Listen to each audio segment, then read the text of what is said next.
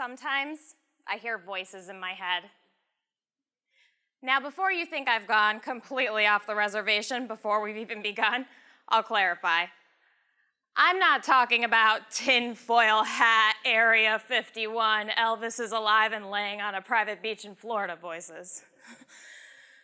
No, I'm talking about something more ominous.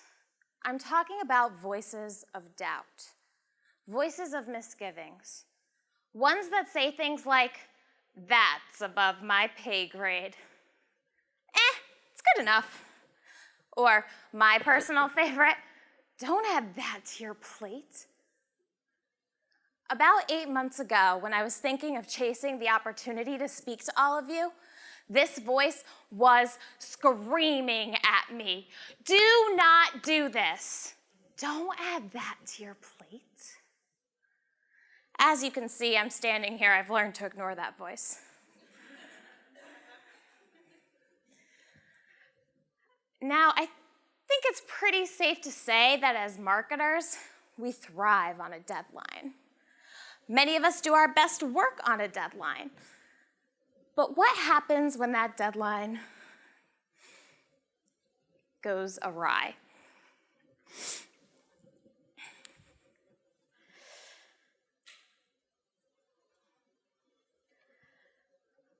My hesitation didn't stem from a fear of public speaking. Actually, I love to speak.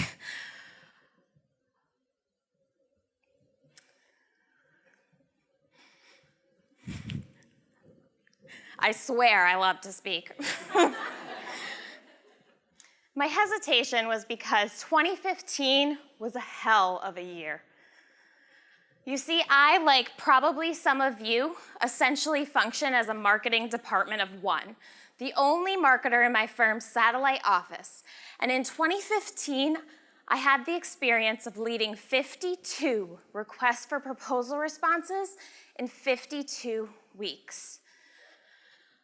For sanity's sake, I do not recommend this. It doesn't help with the voice problem.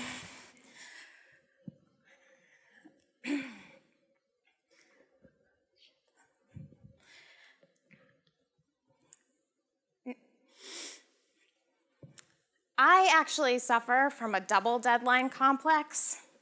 With my background in journalism and reporting, I actually need a deadline to function. As one of my favorite journalism professors used to say, it's not procrastination until it's late.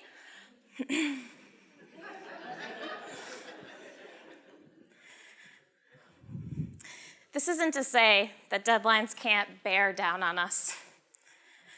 At least once a month, as editor of my college newspaper, I would have a moment where it seemed like there was no way we were going to hit our press deadline. And in these moments, I had a habit. I would sit down on the newsroom floor, lay back in corpse pose, and stare at the ceiling for 60 seconds.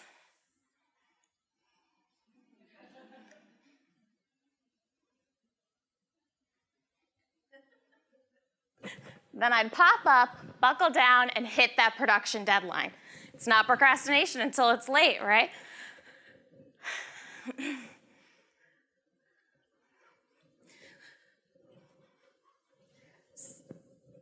However, this method isn't exactly transferable to my current position, as I don't think me lying on the floor of my firm's open office would inspire much, other than perhaps a call for an ambulance. So what is a person to do when the deadlines become draining? Even if you're a passionate person by nature, it can be hard to muster up enthusiasm when you're going on week 5 of 4 RFP deadlines a week, often with multiple responses due on the same day. I was struggling to find my way out of the deadline rut. This is where I press pause to give you a little background information. Hold on to your seats, folks. This is going to be very shocking for some of you. As a child, I never dreamed of being an architecture, engineering, construction marketer. I know, unfathomable. No, my dream was much more typical of a 10-year-old girl. I wanted to act. Growing up, I went from coercing cousins into being reluctant participants of skits to performing in slam poetry competitions. Now, for those of you who don't know what slam is, a quick and easy definition would be poetry performed with passion. You read it like you mean it. And this early interest in poetry fed my interest in publication, which led me to, at the age of 13, write and publish my very own monthly newsletter. A newsletter which I actually distributed to teachers, students, fellow classmates, anyone I could get to subscribe. A newsletter with one sole topic. A newsletter titled Students Against Lawn Gnomes. Yes, the little porcelain people with the pointy red hats. Now, this is not really a story I share in my adult life. Sam, you're so tall, you must have played basketball in school. Actually, I was much more focused on writing and distributing fictional articles about the evils of lawn ornaments. Awkward. But the times, for whatever reason, I've decided to share this little blip of my life with people, I generally get one response. I quote my loving fiance. You must have been a weird-ass kid. And by now, I'm sure most of you can guess this is not untrue. Which leads us back to voices. How many of us have overthought something we've said in the office?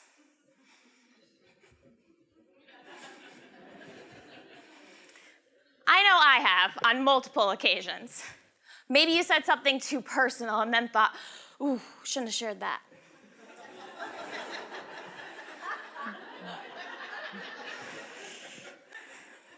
This level of overthinking can touch on a deeply uncomfortable place. It stifles creativity, and it definitely does not help you meet your deadlines.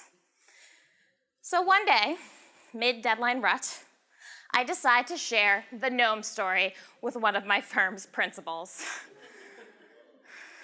I even got into details about the merchandise that was produced.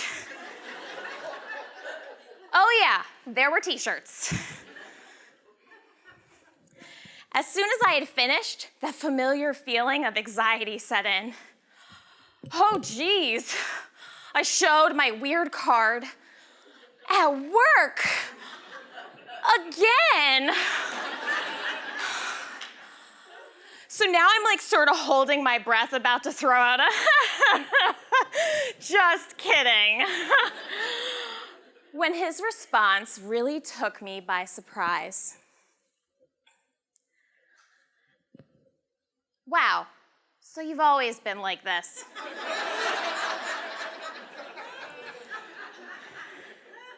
First thought, yeah, I guess I've always been sort of a weirdo. Second thought, that's probably not what he's getting at.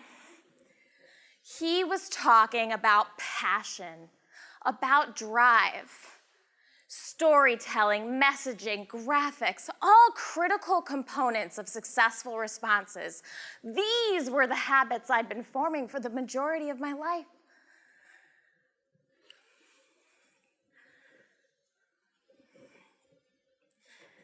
This flip of perception from looking at RFPs as a task to viewing them as the culmination of all these components that I really enjoy had me fired up.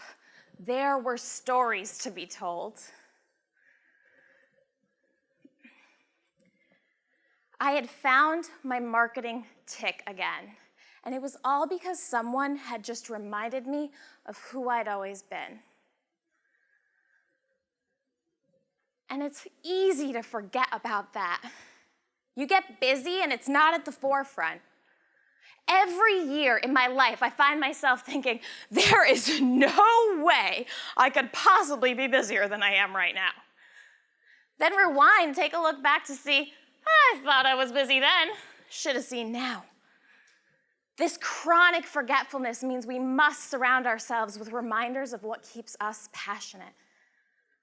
For me, it can be as easy as sketching an idea out, listening to a design podcast, or sometimes even just looking at the little figurines that I keep on my desk that I found at a salvage yard. This infusion of me time only makes me more positive and focused. Implementing this passion strategy led to results.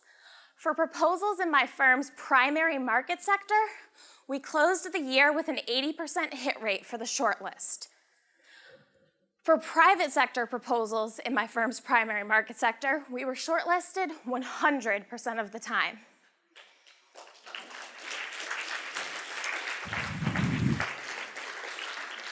The moral of my story is ignore the voices, submit that abstract, foster your interests, allow yourself to be vulnerable, but most importantly, do it with fierce passion. And because I was told it would be a shame for me to leave the stage without sharing a little bit of poetry with you all, I have a short poem titled Passion Thoughts for a Slow Saturday. Today, as I peer out my window, a porcupine paces past the pool we hardly use, and suddenly I'm preoccupied with thoughts on what he thinks about life. I imagine he is the sort to have a prickly personality, the kind of well-traveled, passive-aggressive porcupine mind that dines on a feast of pine needles and then says, "It's good for a mountain pine, but it's no eastern white." Perhaps as the sun sets, he furiously puts quill to paper, pondering world problems, drafting proposals on the protection of forests, his natural habitat. When he finally reaches his profound conclusion, he passionately proclaims, even putrid poetry is power. Thank you all.